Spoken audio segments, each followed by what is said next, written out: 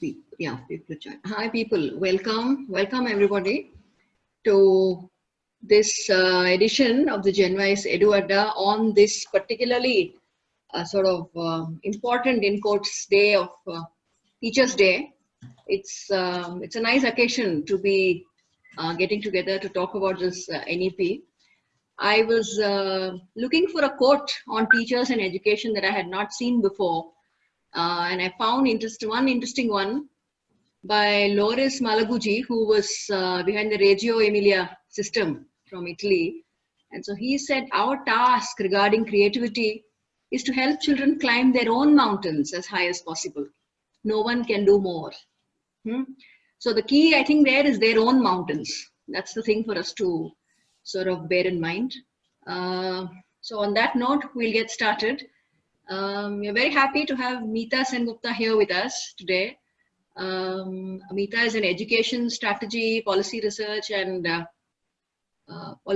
expert, and she's the founder of the Center for Education Strategy. It's a think tank that builds bridges between policy and practice for educators, educationists, and institutions. She works at the cusp of policy and practice across the education and skills spectrum. And she is seen a lot. She enjoys sharing her insights and thoughts and tweets and writing for a wide variety of audience. I follow her, and it's an interesting bunch of tweets there.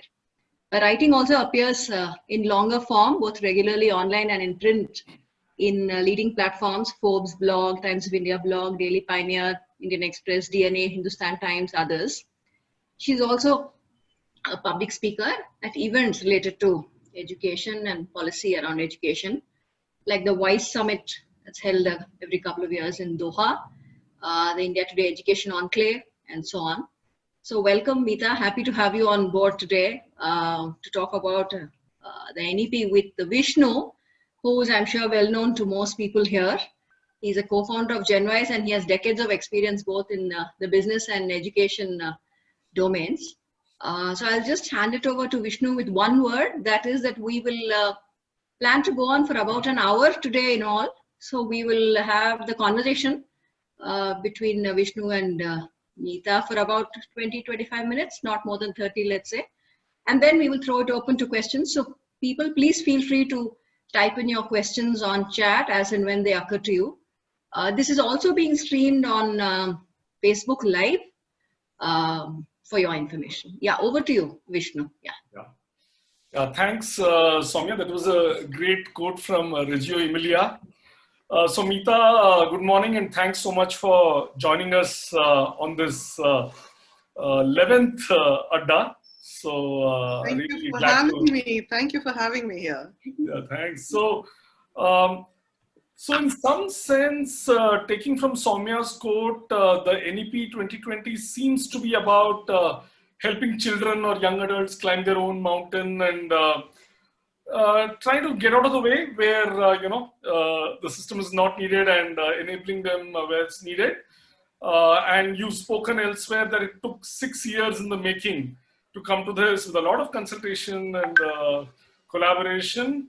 And I heard you say somewhere else that sort of the charter of demands of many different stakeholder groups have at least at the policy level, been addressed here. So this group we have here, there are a lot of teachers, educators, but there are many parents too. So if you could, and not everybody has necessarily read the NEP, or they may not even have read much in the press about it. So if you could take a few minutes to just give your high-level summary of the NEP 2020, that would be very helpful. Thank you. I'll try my best to do that. And I know that I preach that for online learning, nobody should speak for more than 2.5 minutes. I promise I'm going to try to take 3 minutes, maybe 4 to do this, but not too long. And I'm happy to answer questions, because obviously in 3 or 4 minutes, I wouldn't have covered all of it. I think one of the most special things about this NEP has been the consultation. I think the process of the consultation, I mean, the content of the NEP comes later, But the process of the consultation, I think, was the most special part, because for the first time, everybody went, the MHRD went down to, it was MHRD at that point of time, went down all the way to the grassroots and to ask teachers, groups of teachers, assembled as Gram Panchayats, assembled by district education officers, to bring their questions to the table.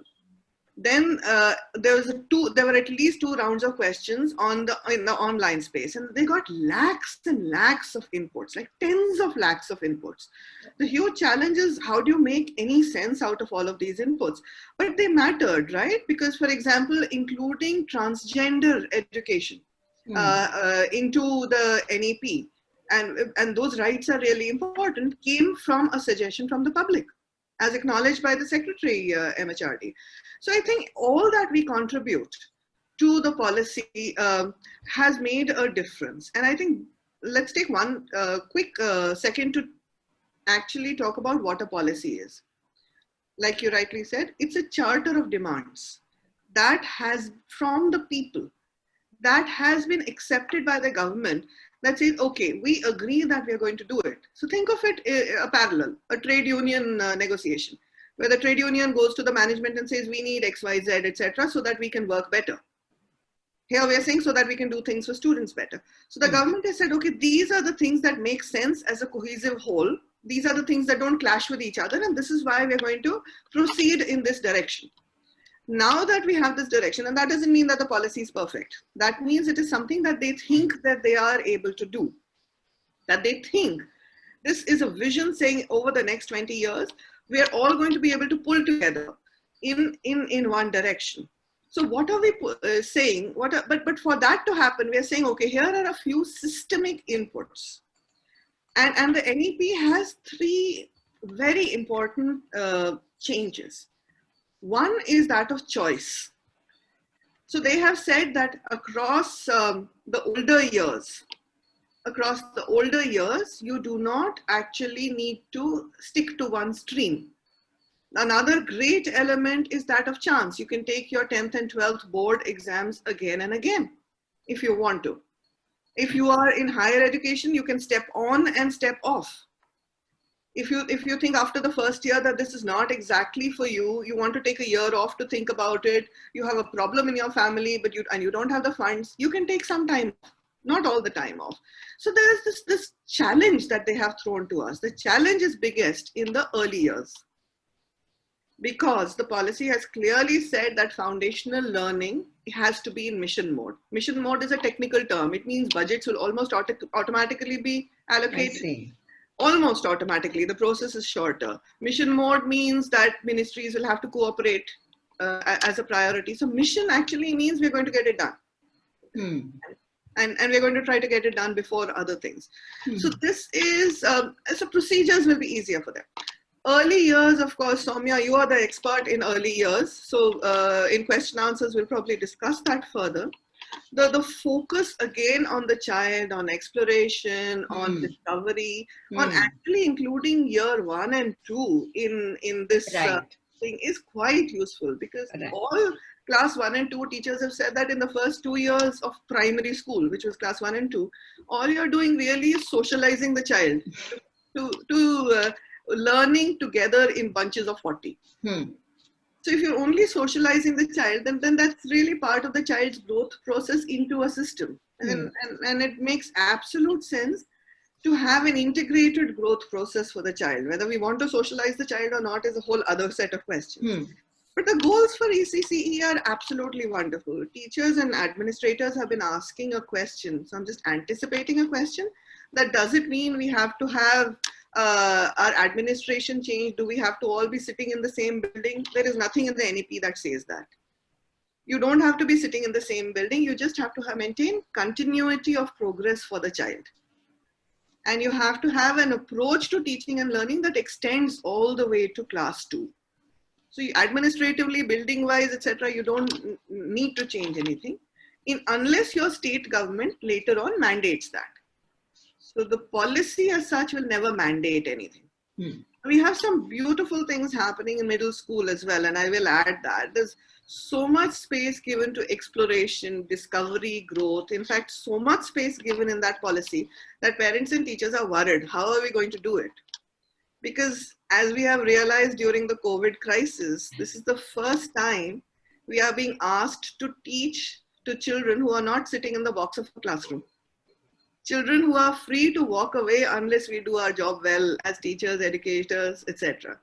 And the NEP is mandating a freedom of the mind, literally. Not mandating again, suggesting freedom of the mind in middle school. And for those of us who come from a command and control system, this is quite scary to implement. Those of us who have managed 14, 15-year-olds in classrooms know that it is incredibly scary. You have to create that magic in that classroom. So yes, the NEP does come as a challenge, because from being distributors of knowledge, we are now going to become magicians. And that's hard. That's hard. But then we also know, and I'm going to pause here after this sentence, we also know that we have had magical moments in classes. We have had that perfect class. So we know it is possible. Yeah, thanks, Meeta. I mean, I love the phrase, having to move from being distributors of knowledge to magicians in the classroom. So, so on one hand, it does look like the system is trying to reduce the amount of stress in a way by, say, providing this choice, as you said, that you can take exams multiple number of times, or streams are done away with, so you can choose the subjects you need. And but do you see this creating another kind of stress, not being used to these things? What kind of stresses might the child, the parent, the teacher, the school management face because of this? Good stress or bad stress? We know both. Yeah. When it comes to the stress spectrum, there is an optimum that we need to achieve to get good performance. And we really do not want to overstress our children, our students. I correct myself. I think we fall into the trap of calling them children, whereas what we are discussing is their student role over here. So do correct me whenever I say children. And as should all of us correct ourselves. I think there is an optimum amount of stress that needs to be created in every system, and every system design has to have some element of push and pull in it for it to work well. So which is why examinations will still remain. But examinations do not necessarily need to be as high stakes as they are. I mean, I remember the sheer stress of my class 12 examination, and you people have taken the JEE, I've taken the CAT. I remember how we were completely wired up for that moment, you know, just complete, as if we are a piece of perfect music. We were just completely wired up to deliver that. And I swear I would not have done as well on the CAT if the person sitting behind me hadn't taken me for a walk. He just turned out to be a friend in the same room, taken me for a walk and joked with me for 15, 20 minutes. I was so stressed. Stress is not always productive in exams. We know that, and the NEP acknowledges that. So they've done 2 or 3 wonderful things over here. They've said, firstly, we are going to reduce the stakes of the examination. We are going to introduce, for example, there is a new voluntary examination by the National Testing Agency that hopefully the universities will be persuaded to include as admission criteria. So it's not just your 12th marks. You can also, you can substitute that with the National Testing Agency's new voluntary exam. I think, and given your background in assessments, etc., there's some more interesting things that are happening with the National Testing Agency and the structure. But there's another thing that's happening in terms of exams and questions. The NEP is strongly against rote learning. Who is the father of mathematics is a question that doesn't matter anymore. What you can do with 2 apples and 3 oranges is much more interesting. So the lateral thinking questions, the puzzles, etc., your ability to connect the dots, your ability to build something out of some knowledge you picked up in history, some knowledge that you picked up in science, something that you knew in mathematics, and your ability to actually engage your brain. I'm lot to use the term critical thinking. It's not only critical thinking. It's your ability to connect the dots and actually build a solution out of what you have learned is what they are trying to encourage in the NEP. How do they do that? They're saying the nature of the question in the board exams is going to be application oriented. They're saying that your result card, report card is going to be holistic, which means we're not going to pay attention to rote learning. Your weekly tests, your formative tests, everything has to be application based. Now, this is a change in the classroom, but this also in a way activates our entire learning process. Yeah. Think of the fresh new energy that can be brought into it.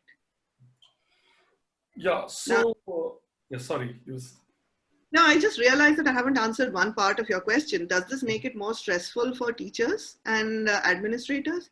So well, if you're the kind of administrator who says, I want a quiet classroom, I want discipline and no desks to move and everybody to be sitting quietly, then I'm sorry, you are in a little bit of trouble, but only till you hold on to your fears. The minute you let go of the fears and you let learning bloom, I swear, there is always order in that chaos, because everybody is directed towards that goal, that learning outcome of that class. And that energy is always focused. Yeah, I agree with you, and I think there has to be a certain amount of stress. I'm going to use a different word for it, and I'm going to elaborate a little bit more on where my question came from. So I'm going to use these two terms which come from Peter Senge, creative tension and emotional tension. So creative tension is the positive tension you feel in the act of creation, right? So how do I do this? I don't know how to, do this. And can you suggest some techniques how we could do this? And emotional tension is, my God, what you are feeling outside that cat, center, right? So in my experience, one of the things I've seen is that while there is excitement and people looking forward to such things, there is also a certain degree of nervousness. I'll take a couple of examples. So for example, a decade ago when I was at Educational Initiatives and Gujarat state had approached us for board exam reform, and a lot of good work was done, and but it took almost 2-3 years for them to put even 5 or 10% of the higher order thinking questions, because it was like, this is great, but who will sort of, tell the cat, because agle saal se karenge, because my children are taking the board exam this year. So one part of it is this fears, as you said, and it's not just the student doing well or something. There's a capacity thing, right? So like you pointed out in your podcast, which released a couple of days ago, we are a generation, the parents of the children today are a generation which is not necessarily used to choice, right? And choice creates a different kind of stress, and not having the capacity. So for example, now vocational education, your child must, do compulsorily, and I mean, hopefully it doesn't become like a badly implemented SUP that we've been through. So my question is that now things are going to happen in two directions, right? There's going to be like a bottom-up efforts of schools, school complexes, school systems, and trying to figure this out. There are schools which have been already doing many of these things, right? There were people who were doing formative assessment the way it was supposed to be done before CCE came in. After CCE got diluted, they continue to do it, and they have not been distracted by the noise. The people who are filling forms continue to, maybe have stopped filling the forms.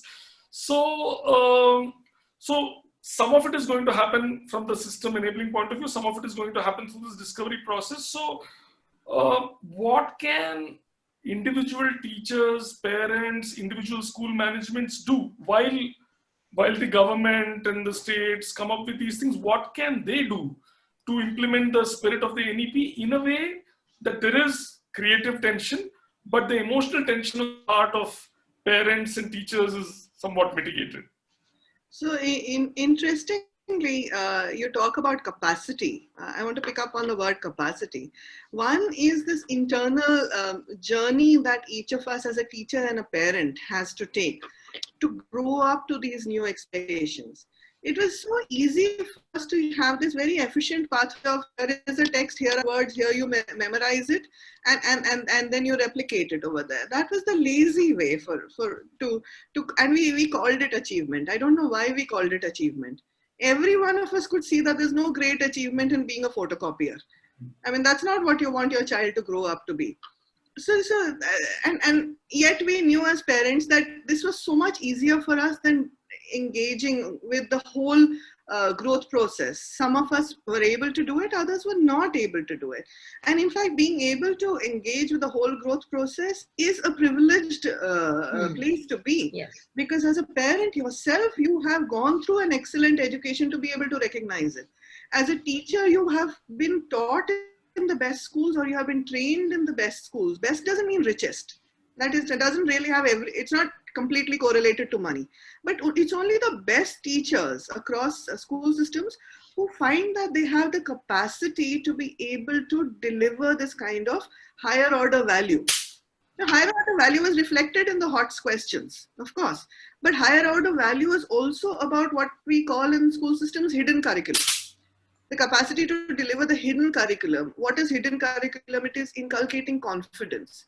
The fact that the three of us are sitting here and having a comfortable conversation with each other. And Soumya, you and I have just met.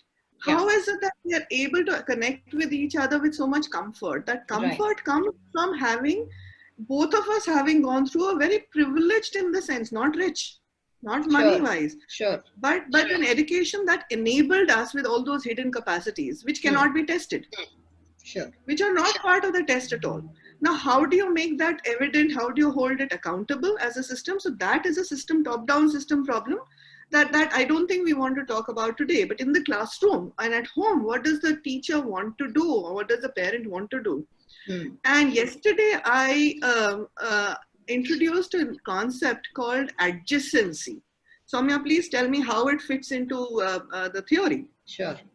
I said, as a teacher and as a parent, in the teacher role, in the co-teacher role, if you find yourself with a curious kid asking questions, and I certainly wish you that great blessing, even though a 3-year-old asking non-stop questions is something that we've all dealt with.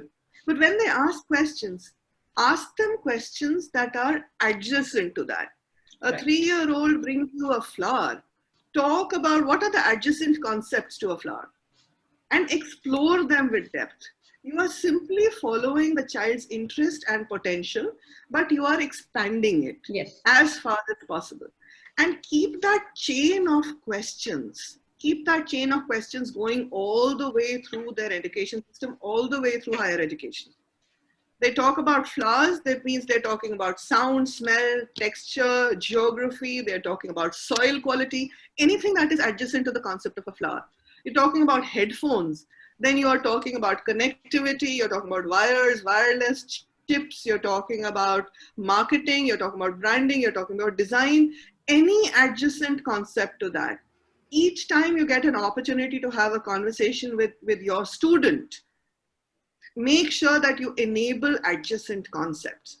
And that means that each of us as a teacher and as a parent, doesn't matter what the entire mega structure is. The skill that we need to work on right now is the ability to ask good questions. That is one skill that we have to work on. And some of it is available in theory, much of it is available in teacher training, but let us also innovate more on our in ways that fit the 21st century. Just asking better questions, asking questions that enable a child in ways that progress the specific child and push them towards saying, okay, I will go and find out more. Oh, I know more than you. The minute a student comes to a teacher and says, I know more than you, that is the best moment for a teacher. The teacher is not supposed to be the boss of the classroom. The teacher is the beacon, the inspiring light. And children are like little moths coming to that light saying, I want to buzz around you. I want to bring my knowledge. See what I brought, see what I learned. And that's how we grow. I think that's the sense of excitement that we are trying to grow with this very dry document called the New Education Policy. And this is what we are hoping to encourage. This is why early years teacher training. There's so many early years establishments that do not have teacher training. have trained and have untrained teachers. Let's just build this positivity and skill set into them. So many of our teachers who know how to do this should be sharing this with the teachers who don't know how to do this. Everybody doesn't know everything. So again, peer learning platforms for teachers, hopefully organized by the government, are going to be critical, for this. I think I've answered about half your question, Vishnu. Yeah, no, that's fine. So, Meeta, I love the analogy of the, moth and the teacher who's the bright light. So the NEP does make proposes some major changes to higher education, right? In terms of multidisciplinarity, having these larger universities and doing away with these smaller ecosystems, micro ecosystems. So if you can share a little bit about how the higher education space is likely to change.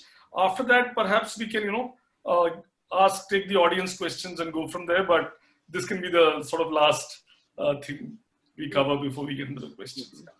So the higher education system is actually probably going to be the toughest to crack, which is why I talked less about it. And I think the higher education system is going to expose the gaps in the NEP more than anything else. And there are 3 gaps that I see where I think we have been underserved by the document. One is technology. They mention the word technology and integration with technology about 43 times. So such a long document for something that has been released during COVID, when online learning is the only major source of teaching and learning.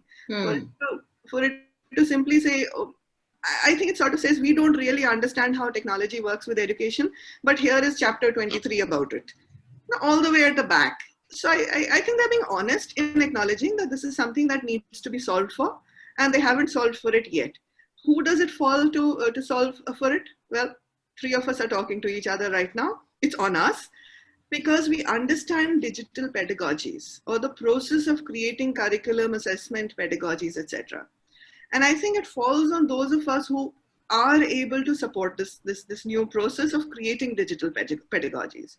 So that is one, the whole technology bit. I mean, just having an AI course out that is approved by AICTE, which is the only progress I have seen, is not digital pedagogy. That's just some curriculum in one thing that is popular right now. So there's a whole process that we need to engage with in the education sector in helping teachers. Like, for example, don't talk for more than 2.5 minutes. Go and listen to some fancy YouTubers and how chirpy they are in their online teaching and learning. Depend upon videos a lot, but not in the same boring sense that used to happen in the classroom. These are all pedagogical tools, but how do they actually work, and which ones work better than others? The second thing, and higher education, especially again, technology is going to be so much more important in higher education, because it is again teaching to the free. You don't box them into a room. In higher education, you have this ramping up and down. You can stop learning whenever you want to. You can start learning whenever you want to. Learning is going to happen in multidisciplinary campuses, which means that if you are a mathematics student and you want to walk into a philosophy class and listen in for a while, you should just be able to stroll across to another building and sit down. And maybe if you want to learn mathematics and philosophy together, you should be able to construct that approach. And these multiple lenses are absolutely critical for constructing our future. We need that. Totally with that in theory, totally with that in sheer desperation to get our future right. Otherwise, we're all going to be under the thumb of some stupid, badly designed algorithm. So we really don't want that. Our survival depends upon this multidisciplinarity. But then who is going to guide the students to saying this is how you will actually be able to follow through? Class 9 onwards, and especially in higher education, the transitions and your ability to pull it all together. Because of course, these are young 20, 18, 17, 18, 19, 20-year-olds. They want to be everywhere at the same time. They're little magpies. This is shiny, I will go there. And bless them, let them go and explore everything. But ultimately, they have to find their own potential, their own passion, they have to find themselves at a certain degree of mastery of knowledge, where they can create value with that knowledge. I'm not saying earn money only, but they have to be able to create value with that knowledge. And who's going to help them with that transition? that is a gap that is left in the NEP, those transitions and the pastoral care that higher education needs. So again, higher education, it's going to be chaotic for a while, but not that chaotic, because globally, this step on, step off, the choice system, the multidisciplinarity, etc., has already been delivered in so many university systems. In fact, I'm going to take one step further. So we can copy from them, we can learn from them. Technology transfer is not a new thing in India. We've been doing it for decades. We're very good at receiving technology and processes from others and improving them in our context. We're very good at that. But what we haven't found consensus on right now is scaling up, because other countries manage to do that with much smaller populations. And our need, and this comes to the second definition of your word, capacity. Higher education capacity is just not enough for our needs, which means our IITs, instead of speaking to a few thousand students, should be speaking to tens of thousands of students each. But that scaling up is a very, very scary thing, both for IITs, both for mastery of subjects, and this extends all the way across higher education. So do we want to include scaling up, which again, the NEP has a target, the gross enrollment ratio should be up to this much, 35% by this year, 50% by this year, etc. They have targets for that. So are we in a position to enable both the multidisciplinarity, the modularity, and the scaling up at the same time? Are we going to be able to pull that off? Is a challenge that the NEP has thrown to the higher education sector. And I think this is a great challenge to take up. But let us expect regular changes as parents and teachers. Let us expect regular changes, phased changes, pretty much for the next 15 years. Yeah, that's one last question before we go to the others. It's related to this.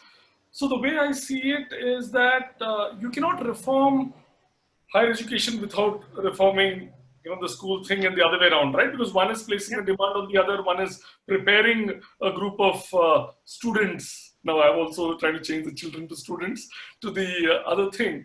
So the NEP talks about some very interesting things. For example, I think you've been in Delhi University and you know the cutoff of Stephens being 99.5% or whatever it is. My college had 100% 1 year. 100%. Like, what does that even mean? Yeah. So it's absurd, right? And the NEP does talk about system which has the portfolio of every child through school. It talks about a holistic report card. It hints somewhere, I've not read it as carefully, of course, as many times as you've read it. It hints somewhere about college admissions being based on not just even the new aptitude test of NTA, but also some of these other things. So is that going to change? Is the NEP really talking about a change in, the pathway to college admission? So I'm actually quite excited about this bit. Even though it's not been written explicitly in the NEP, I think they're trying to hide it under lots of language because they know that there's going to be a lot of opposition to it. And early opposition could kill that idea. I mean, there are committees and committees and committees and committees, and you know how a great idea filters through committees and ends up being almost nothing. So there is the danger of all of that happening. But I think there's a very beautiful gem in this NEP where they are finally talking about aligning all the boards. Yes. And they will be doing that via the exam after the voluntary one right now. It's in quotes in the NEP. And the voluntary exam slowly will become compulsory. And that one exam that is taken by students across all boards, hopefully they'll be able to persuade boards to adapt that exam in addition to their class 12 exam. And that exam actually gives us statistical information on the calibration of the boards. Correct. That is we have had no data. We have had no statistical spine to be able to say. And then SRCC students are shouting, Tamil Nadu board gives so many marks for free and our Delhi board doesn't give this. And there's no way of doing that. We've had 3-4 years of negotiations at the MHRD level, where all state boards were brought together and everybody said, yes, yes, we will not do marks adjustment anymore. And of course, how do you even know what is happening till you have data? So this one single exam that will stand between school and college actually should give us that kind of data. Also, the nature of that exam, the kind of questions they ask, the weightage they do, the kind of high stakes or low stakes that they make this exam. So it's in combination with a lot of formative assessments, for example, or it is in combination with a lot of 360-degree evaluation of the child. So that exam itself is not high stakes. If you manage that really well, that can be the balancing factor between school and college. It gives information to the school system that we want this kind of critical thinking. We want collaborative working. We want students who are able to show at least one bright spike in something, they can be average in others. Do you have some sort of philosophical or musical or some sort of thinking ability that doesn't necessarily get shown in marks and numbers? That exam and the way they use that exam can actually create that perfect filter while being statistically rigorous. I have high hopes of this one. If managed well, I have a great deal of fear because this is a fairly complex concept. You have worked with governments.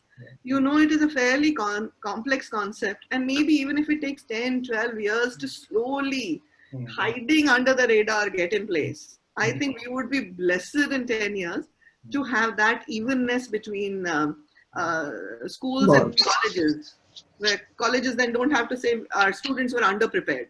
Yeah. And schools don't say that, no, you should be doing that at college. I mean, it's a mess right now. Oh, I agree. I mean, though we vilify assessments is perhaps the only thing which can align all the players and across, school and higher education. Oh, we don't vilify assessments. They just scare us so much. Not you, but yeah. But none of us like being judged. Each of us hates being judged. Yeah. And think of all the teachers who are teaching online because they're being watched by everybody. That's half the stress, right? So we don't, and that maybe that's why we need to assess, but we believe in them. If assessments are our God, if marks are our money in the classroom space, then we have to transact in that. Yeah, I have another question, but I'm going to ask my question later if there is time. Otherwise, I'll call you and ask that question. So, Soumya, if you can maybe choose a couple of questions which people have typed in and read out, we can address those, and then people can actually, after that, switch on their camera and ask questions. Yeah. We have about 2 minutes left, I guess. Yeah. Yeah. Okay, let me just... there is one, for example, that says with this NEP, the continuous... assessment, CCE will be more important. Assessments need to be direct, indirect, and subtle, especially for primary and pre-primary. How would that work? What are your thoughts? Because that's not so obvious, I guess, for the younger ages. No, it's not obvious, and two things are happening. One is that they're requesting exams. I shouldn't say mandating. For class 3, 5, 8, and I think there's one more class. But those are for the schools, and individual student marks are not going to be shared at all, So I think indirect and subtle includes this very important component of this is not about the individual competition of a child at such a young age. At that age, they need to be more collaborative anyway. And when you grow up, I mean, to be honest, I do not understand this intense competition in the Indian education system. Because when you grow up and you go to work, you work in teams anyway. So the team success is your success. And if you're that one guy in that team who's hugely successful and the rest of your team is not successful, then I'm sorry, you're not a good person at all. And it's not sustainable. It's just not going to work.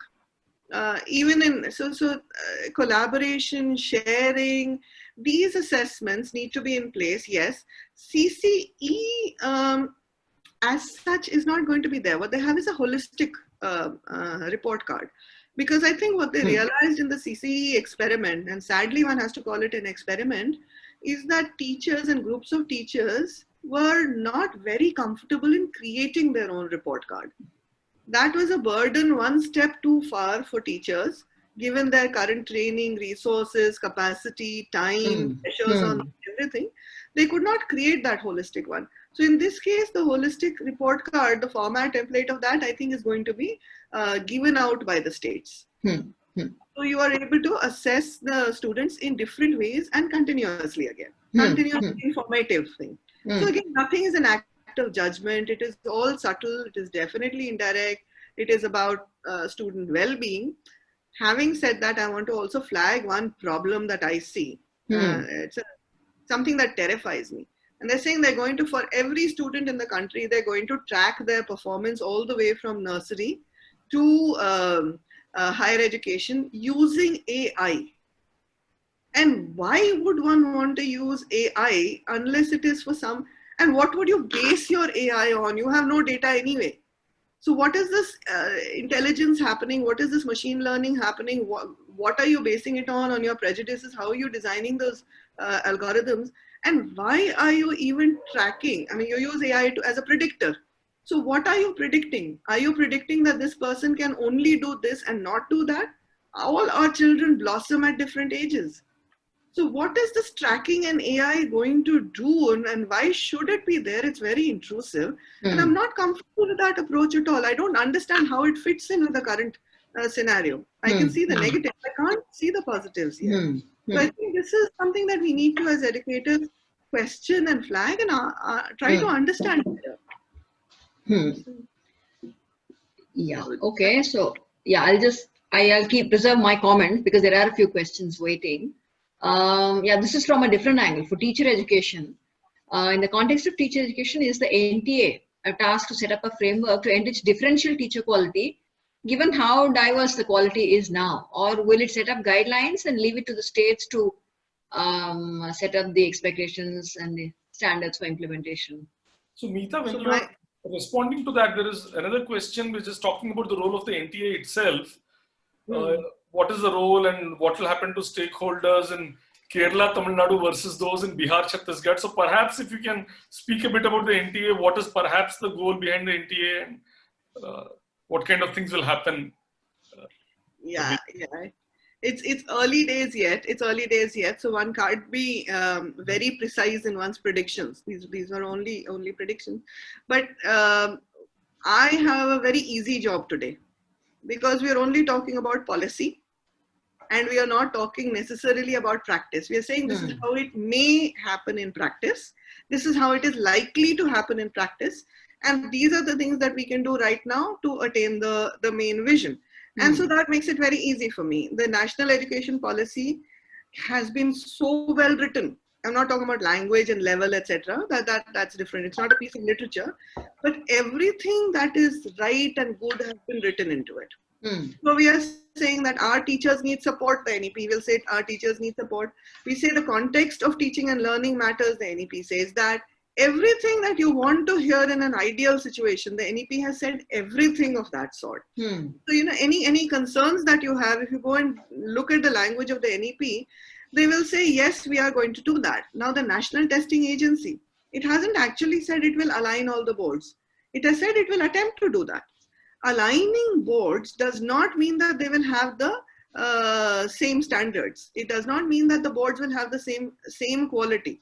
It means that we will understand that this board is testing this and that board is testing that, and the levels of that are connected to each other this way. So it's establishing standards, and they can all have, in fact, I'm strongly in favor of many more boards, even private examination boards, with their own standards, because every board gives another set of students a chance to succeed. So, but as long as you know what standard it is operating at, that is important. So standardization is a different thing, where everybody is doing the same cookie cutter thing. We do not want a cookie cutter country. We cannot have a cookie cutter country. Cookie cutter countries forget about the politics of it and everything. Think about the students. If I were to be asked to perform in the arts, for example, I would be a desperate failure. You have a guitar behind you. If I were to be asked to strum a guitar, I would never be able to achieve anything in life. It's just impossible for me. So if the cookie cutter doesn't fit me, then how am I going to progress? So I think this is a fear that we should not have. We are a very diverse set of people just because of our sheer size. And we will, while we understand standards, we understand that this means mastery, this means excellence. That doesn't mean that everybody has to have excellence in the same thing in the same way. We can't, that will just be rote learning again. We can't go back to that. That is our fight. That is our fight, and I think that's a personal fight for each one of us at this stage. A quick comment on Meeta, what you said. I think what you're saying is fantastic, right? That a multiplicity of boards, some understanding of how they relate to each other. So the board is actually an empowering thing in the way you are presenting it, right? But in India, we've not looked at the board like that. The board is the, big bad person who's judging you, right? In our case.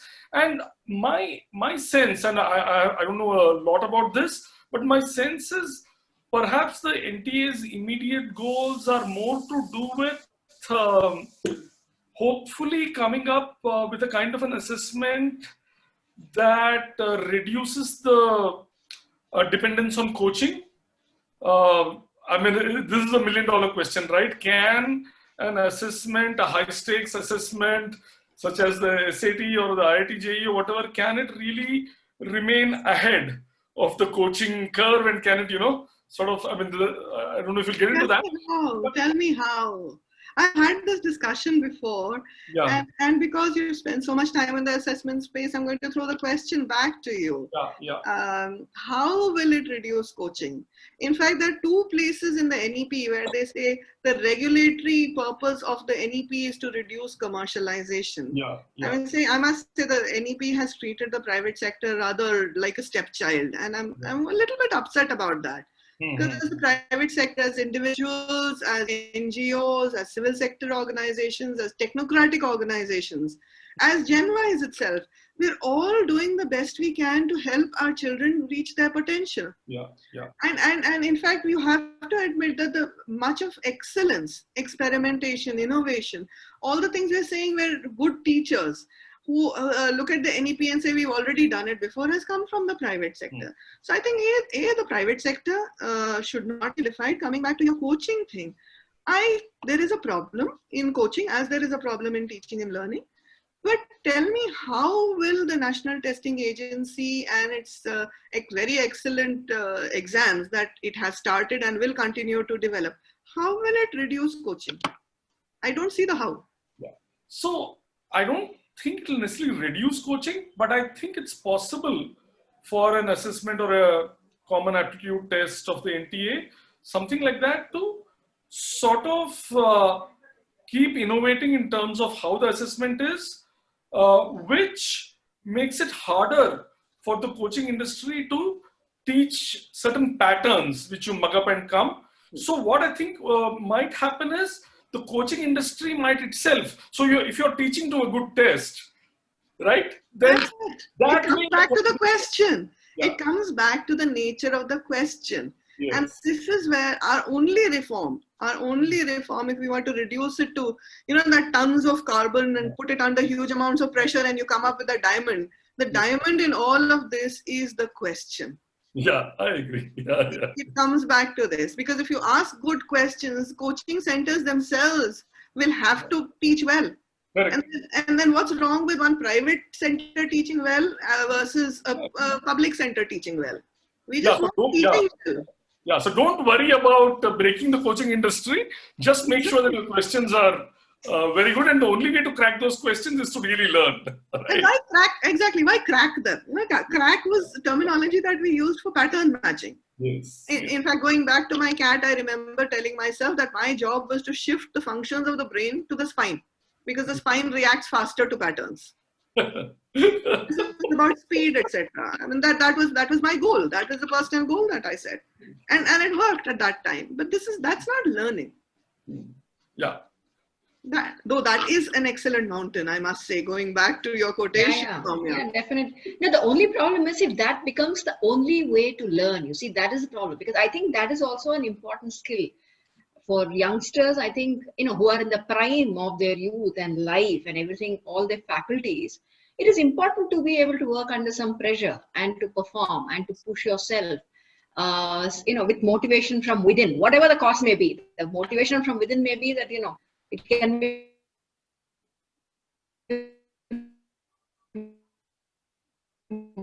Can you hear Soumya, Meeta? I couldn't for a minute, but I thought it was my connection. Multiple things, Yeah, and I won't get into that. So we'll back, yeah. So, okay, is it okay now? I'm sorry, Yeah, I had no indication. For the last 10-20 seconds. Yeah. Okay, yeah. So I was saying, I think it's important for young people to be able to put themselves under some kind of pressure. I do believe in that actually, because you are in the prime of your youth. You know, all your faculties are at their peak, and it's important to put it to some test and contribute in some way. You know, but I know that that's a double-edged sword. It can easily go down a very slippery slope. Yeah, I think the point is we've gone too much that way, right? It's Exactly. not that Exactly. never taken a And too many of us have been forced that way. Too many of us have been forced that way. Yeah. If Right. it's a choice, that's okay. If it's it's a go. If as your mountain, if it's a mountain that I want to climb, then that's fine. Yes. But Yes. nobody should Exactly. be pushing me towards that mountain. Exactly. I refuse to climb the guitar mountain, for example. I'm not going to do that. And I think that confidence, that comfort with what we are good at and what we are not so good at, is not an easy realization when you're 16 or 17. Yeah. Yeah. Because it's not failure. It's not failure when you can't draw really well or create a great piece of art. It's not failure if you can't do math really well. But somebody has to be there to help you acknowledge that you have reached mastery in that. Yes. And you have not reached mastery in something else. And in philosophy, for example, it's okay to reach mastery when you're 60 years old. There's no rush. And that, again, coming back to the NEP, is another big lack, because lifelong education has been relegated to saying English literacy, this is for people who didn't make it, for the losers in life. They don't say losers in life, of course, they use beautiful language. But lifelong learning is literally for people like all of us in this conversation, in the audience as well, people on asking questions. Because what are we doing right now? We're engaging in an act of lifelong learning in a slightly unstructured manner. But for us to be able to go on to Duolingo and learn a new language, Right. to engage with philosophers and teachers, that enriches our lives and makes us choose better for our work and for our livelihoods as well. Sure. So there is a lot but the thing is, it's up to us. So for this NEP, I have 3 words really. It's like choice, chance, challenge. I talked about choice and chance at the beginning. The third is challenge, because it simply throws the challenge to us as students and as educators and say, show me how you can do it. Yeah. So, Soumya, I think there is just one more question, Vishnu, if we have time. Yeah, there are a couple of other questions, and we have time. We have 7-8 minutes. Yeah. So maybe we can just take Selvaraju's thing, because it is related to the NTA coaching. He's just responded. Yeah. The flow. Right at the bottom. I can just read it out and share. Go ahead. Yeah. So what Selvaraju is saying, and he and Radha had asked questions about the NTA, and we talked about this and coaching. So he's made a comment that if coaching centers are fine, why a parallel system? Why can't it be part of the school? And why should students have to go, to the formal school as well as this? And my quick comment on that is, yes, it is a burden for students and parents. I think if the school is doing what it is doing well, and you should be able to, in fact, do well in that entrance examination or NTA's common aptitude test without the need for too much coaching. But the reality, what is going to happen is that parents, I think, and children will continue to have choice, and choice is not necessarily a bad thing. I think, so what I mean by that is, there will be always some people who will, say that, oh, but I will go to that really, really great teacher. And that great teacher is not sort of, maybe available to coach in whatever system you are. And maybe that person charges higher rates and you go to that. I don't think we can do away with it, or we should do away with it. What we should do, however, is to provide very high quality teaching, coaching, whatever you call it, within the formal school system without having to spend a ton of money, so that this kind of thing is relegated to the margins. But see, you cannot mandate this again. If you start saying that there will be no coaching and this thing should happen, that doesn't make sense. The best way is to show that you can do a quality job. And actually, there are thousands, lakhs of extremely capable government school teachers who can do this. It's a question of enabling them, right? And motivating them and supporting them. Yeah. And you can't get away. There's the equity question. The equity question is the big question over here, because it's only rich schools, and many schools did that. They attached coaching centers to them. They had tie-ups. And as far as I can remember, that was by regulation, they were told not to have those tie-ups. So I still see some schools around with boards saying that we have tied up with XYZ coaching center. But I also know of other schools that received circulars saying you cannot do this. You cannot have extra coaching in school, because that means that it is not a level playing field. And the schooling system is ultimately supposed to provide a level playing field. If you look at it from the equity perspective and equal opportunities perspective, which is a major goal of these competitive exams and therefore of the NTA, then you cannot get away from the fact that you're absolutely right. Nothing can substitute for improving core teaching in the regular schools. You have to improve that. And if you're if competitive outside coaching, it acts as a competition to these schools and spurs them to do better, great. But we haven't seen that in practice. We haven't seen that at all. In fact, the opposite has happened, where you seed all your teaching and learning, that of course you learn it in your tuition and of course you learn it in your coaching class. Right. So I don't know how to reverse that flow. And until that flow is reversed, the coaching class will retain primacy, because it's it's a very happy, I will teach less, you will make more money kind of system, right? It's a beautiful system in equilibrium right now. Everybody is happy with the system. But everybody is happy with the system if you have the money to pay for it. Yeah. That's right. That is a big if. So let's not forget those who do not have the money to pay for it and deserve this opportunity to make whatever they want to choose their mountain. Yeah, and also I think another thing is, one price we pay is money, the other price is the children. I think their stress levels are moved into this, from the creative tension, it moves very much into the emotional tension that Vishnu had mentioned. So many of them in these institutes are quite, they're completely racked by nerves, and they're like completely frazzled and fragmented, and you wonder what they're going to make of themselves in the next 10-15 years. So that's another price to pay. So. Exactly. And I mean, in a way, I have to admit, maybe it's not politic to say that, but this is greed. This slips from aspiration and ambition to greed. Correct. And therefore it becomes, to use a Hindi word or Sanskrit word, very vakra. This is the wrong way of, it's just gone too far, and then it has become corrupted. Yes. Excellence itself, if pushed too far, finds its corrupt form. And I think this is where we have to pull back. Not fighting commercialization, but we have to pull back from saying this is a sensible and healthy space to remain. Let us remain within this glow. How? It depends upon each teacher and each parent. Vishnu, are you there? Yeah, okay. I was not sure whether you're frozen. Yeah. I'm not able to see your video for some reason. Can you see me?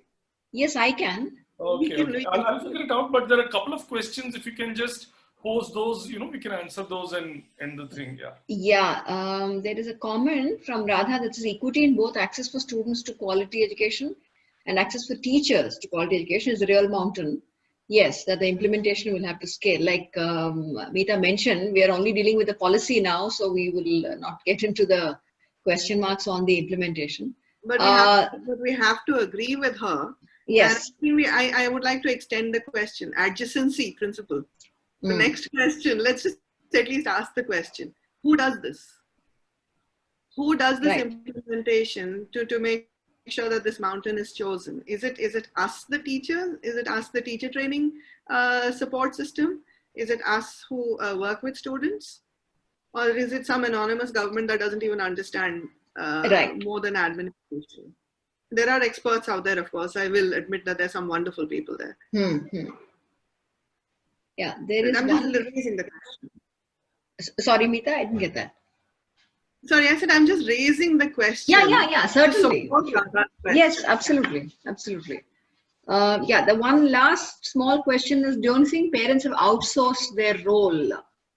From Vivek, who's regular Brilliant question, huh? Such a brilliant question. Do you think parents have outsourced their role? Counter question to that is, do you think that teachers have outsourced their role? Where is that line between parenting and teaching when it comes to our children as students? Because one thing we realize is when we send our children to school, we say that the teachers there are in loco parentis. They are there in the place of parents to make, but for what, right? To make sure that the children are safe, right, to make sure that they are progressing, to make sure that they're healthy, to make sure that nothing wrong happens to the child. But are they in loco parentis in their professional role as teachers? No, that's a separate role for teachers. That professionally, our job is to progress your children, our students, your children, our students, in a systematic manner, so much faster and aligned with whatever learning we have from previous education theory, evidence, learning from other teachers. We have 300 years of learning history behind us that has been recorded really well, and much more even before that. And so we bring our expertise to the table as professional teachers. So that there is, in a way, a Venn diagram that forms of the role of parents and the role of teachers. And each of them has to make sure that they do their part completely. Now, when it comes to online learning during the crisis, we have seen the opposite happen. In fact, even the NEP talks about parents as co-teachers. Now, I do not know any wonderful teacher who is looking forward to that. Because parents, when they have way too much pressure in the school system, think of every PTA.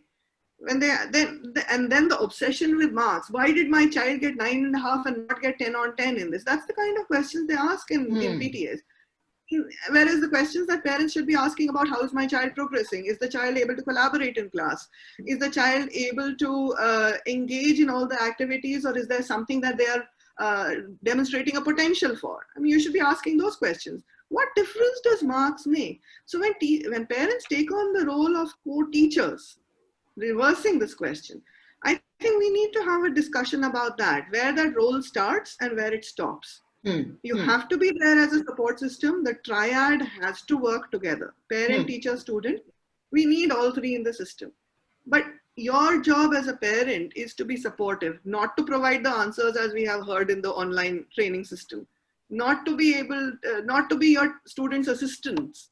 Because your student is actually, I mean, your child is learning how to upload those things. Those are physical skills required for the workspace. Don't do it for them. So there is a discussion to be had over there. Thanks. I think that was a great question and a great answer. There are a few people whose questions have not been answered. Soumya, maybe you can just save that file and we will write to the response. Yeah, I have. I think we'll close here, and I just want to say a couple of things to end this. So what I think one of the things Meeta has been saying is that it's sort of a challenge thrown to us, whether it is the bureaucrat or the school management or the teacher or the parent. Now the activist parent or the teacher has always been trying to do these kind of things to the best of their abilities, to the amount they had access, whether in a metro city somewhere. They have tried to ask the right kind of questions, give the space for creativity, critical thinking, make choice available to the extent as possible. In fact, time does not permit, otherwise Meeta would have told us that many of these things already exist in a sense. For example, that discussion. Yeah, that's a different discussion.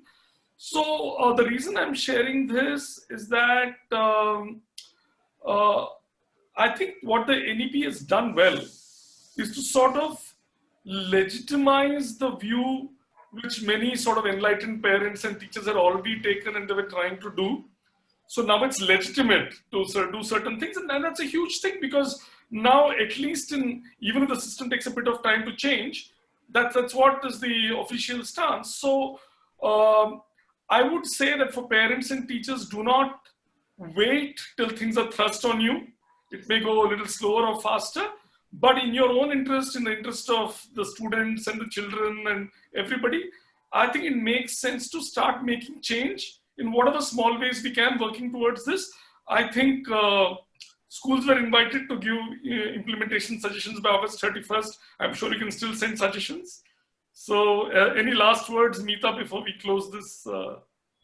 I think we've said a lot. I think thank you for reminding me that much of what needs to be achieved has already been achieved in the best of places. So I would go back to my original value that I hold very dear, that anything that we do in the education sector can be done well only if we have a spirit of giving and sharing. And it is only when we share our best practices, our experiences, where we went wrong, and how we can do it better, that all of us will be able to pull together in the same direction. So already, you know, the whole marks thing and the ideal learning thing is beginning to align. It can only get better, and it can only happen if we learn how to share.